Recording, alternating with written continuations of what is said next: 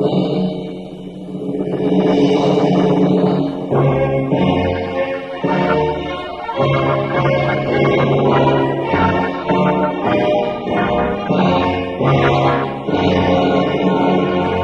fellow Belizeans, beginning in early February, the government embarked on widespread consultations as an integral part of the preparations for the budget for fiscal year 2021-2022. This is consistent with my government's commitment to consult stakeholders on major issues affecting the welfare of our people and nation. These consultations have taken place against the backdrop of the dismal state of the economy and public finances. Many of you will have experienced dramatic slowdown in business activity, job losses, pay cuts, and business closures. The fact is that the economy contracted by 14% and 64,000 Belizeans lost their jobs. It is imperative and urgent that we re-energize the economy and create thousands of jobs. On the issue of government finances, the story is just as dismal. In fact, it is worse.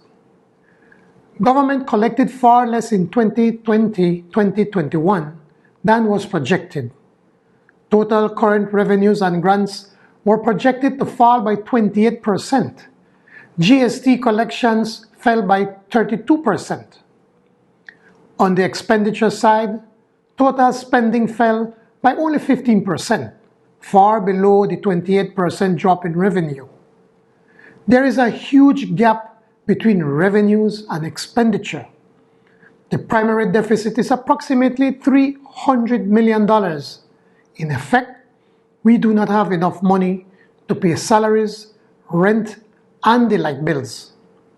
Like the economy, the need to return public finances to a sustainable path cannot be overstated. On Friday, the House of Representatives will meet, and I will read the government's budget for fiscal year 2021-22. I will detail my government's carefully crafted plan to lift the economy from its near moribund state and explain the measures we propose to implement in order to end the contemptible, obscene, and reckless UDP spending of the people's money. But before Friday's speech, we felt that it was important to update you on where we are with the unions. I would describe the consultations as full, frank, and courteous. I thank all those who have participated in the consultations. In light of the dire financial position of the government, we took a close look at every aspect of government's revenue and expenditure with a view to righting the ship of state. To do this, we must increase revenues and cut expenditures. We will propose a 31% cut in expenditures on goods and services by the government compared to the last budget. This is expected to reduce expenditure by $77 million. We will also propose a 10% cut in the expenditure on subsidies and transfers compared to the last budget. This will reduce expenditure by $19 million. Additionally, we expect to negotiate substantial savings upwards of $50 million on the Superbond to reduce government's debt service outlay. In the context of these reductions, it is wrong to regard our consultations with the unions as only about a wage adjustment. The consultations covered a lot more. It is important to explain why the discussions were wide-ranging and to explain the context in which they were held. Let me frame the challenge. Government is the largest employer in Belize. There are 15,000 public officers, including 4,000 plus employed in the education system and 4,900 in the security and border services. In 2008, when the PUP left office, the wages and pensions bill was $262 million. In 12 years, under the UDP, the wages and pensions bill skyrocketed to $677 million, an increase of 177%, or an increase of $415 million. I repeat, the government has been borrowing about $1 million per day to pay salaries, pensions, and expenses for goods and services. Last month, we were again forced to borrow $30 million to meet expenses. Earlier today, the financial secretary informed me that the central bank confirmed that after mid-April salaries are paid, the government will have insufficient monies and will be forced to borrow again to meet its obligations at the end of April. The position is critical. Public finances are on life support. The raw and unpolished truth is that we inherited a broke and plundered treasury from the UDP. After careful analysis and consultation, we remain convinced that a salary adjustment of $60 million is absolutely necessary.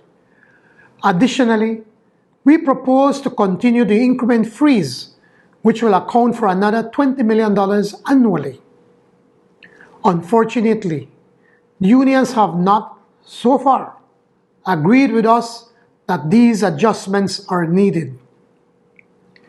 It is important for all of us, union members included, to know that the government has provided the unions with all information that they have requested. If they complained that information has been kept from them, it is not so. Indeed, our consultations have been open and transparent.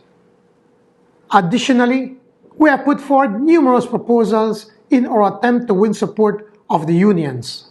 For example, we propose that the public sector workers and teachers would work 4 hours less per week. They in turn asked for 5 hours instead, and we agreed.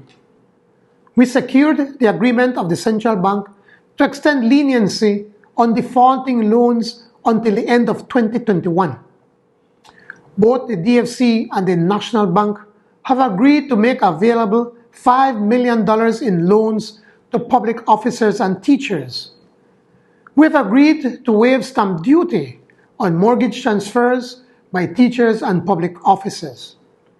We offered to protect the lowest income earners from zero wage adjustment.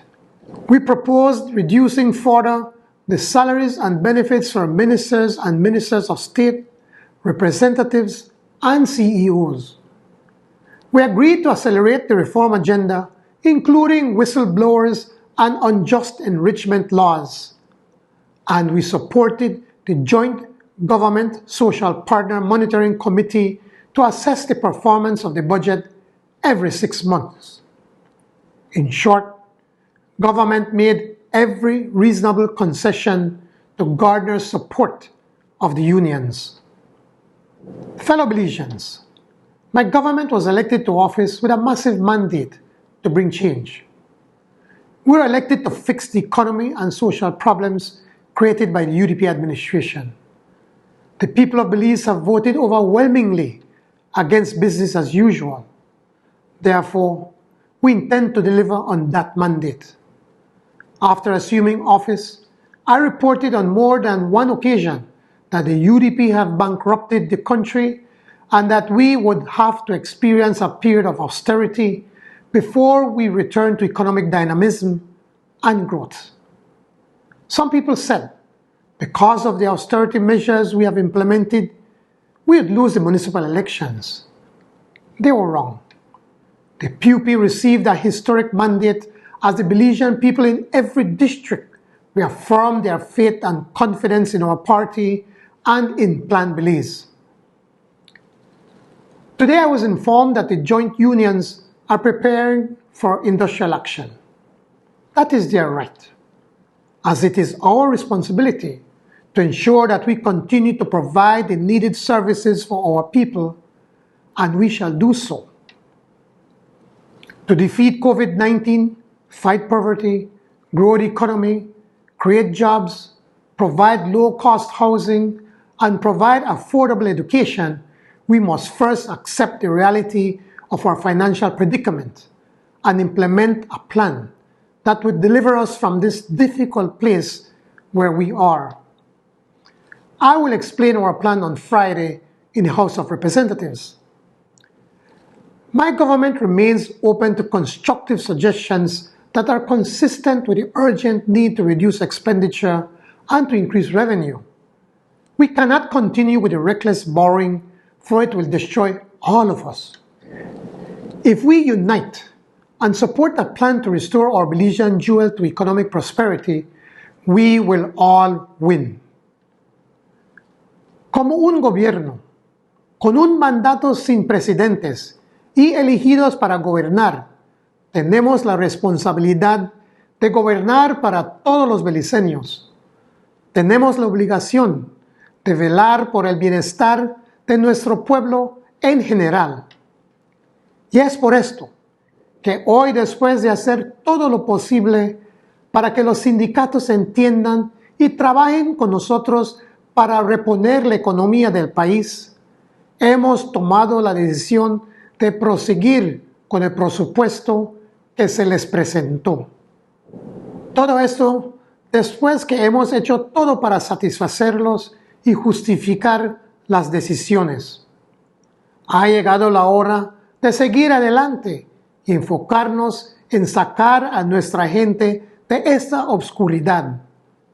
Nuestro plan es bueno, no fácil, pero equilibrado, y está diseñado para forjar una sociedad trabajadora, productiva y viviendo una vida saludable y digna. Pero para que logremos este objetivo, necesitamos a todo beliceño. De esto debemos salir juntos. Thank you, and may God bless Belize.